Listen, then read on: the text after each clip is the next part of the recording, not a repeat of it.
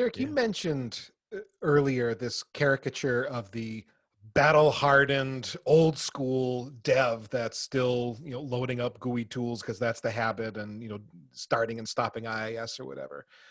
Um, okay, so there's technical benefits if I adopt some DevOps practices and start doing things in a more automated way, right? Things are faster, there's better collaboration, but selfishly, are we at a place in the industry where it's like I have to go that way if I'm old school? I really need to update and learn automation and kind of get my head around DevOps, or I'm irrelevant. I think you used that word earlier too. I mean, are we really at that point where I've kind of got to learn these new things?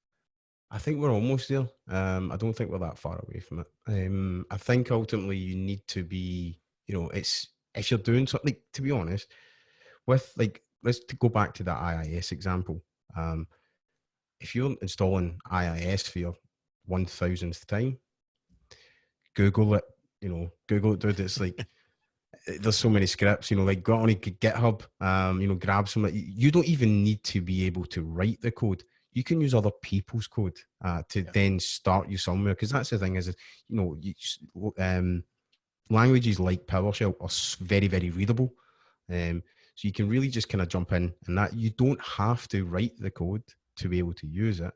Test it, spin up a test lab like that. But if you, ultimately, if you want to install IIS, start that. You want to create a Windows service, PowerShell it, or at least like do it programmatically. You may be able to do that with a tool as well, but automate that. I think, I'm not saying you would become irrelevant, but at least being able to use the code that other people are out there, because that's the thing. You go to GitHub and I never start with like, dude, isn't that the way everybody does it, right? I mean, yeah. I don't know how much code I've written from scratch without first, I've looked at someone else's example, I've figured out how it works, and then I adapt it to whatever I'm doing and then build on it from there.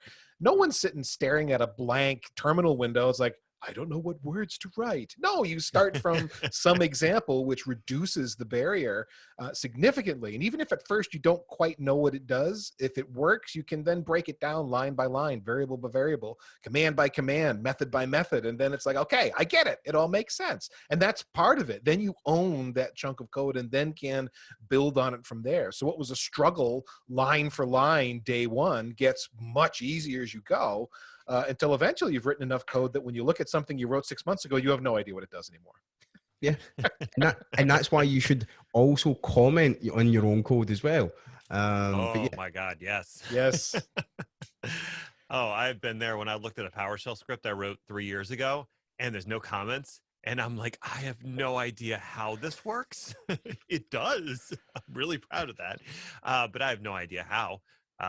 Well, it would have to be older than that, because I've learned my lesson at this point, and comments galore. But yeah, back in the day, I was like, no, just bang it out. I'll remember. It'll be fine. It's like, no, you're old now. You don't remember things. Yep.